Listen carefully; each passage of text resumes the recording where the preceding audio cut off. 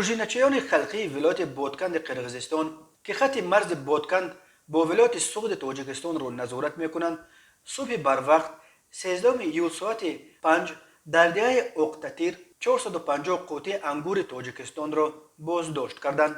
در مأموریت ولایت بادکند با تصدیق این خبر به 24 کگه گفتند که دو ماشین بارکش از ناحیه لیلک به شهر بادکند روانه بودند. در داخل آن 450 قوطی انگور بوده است.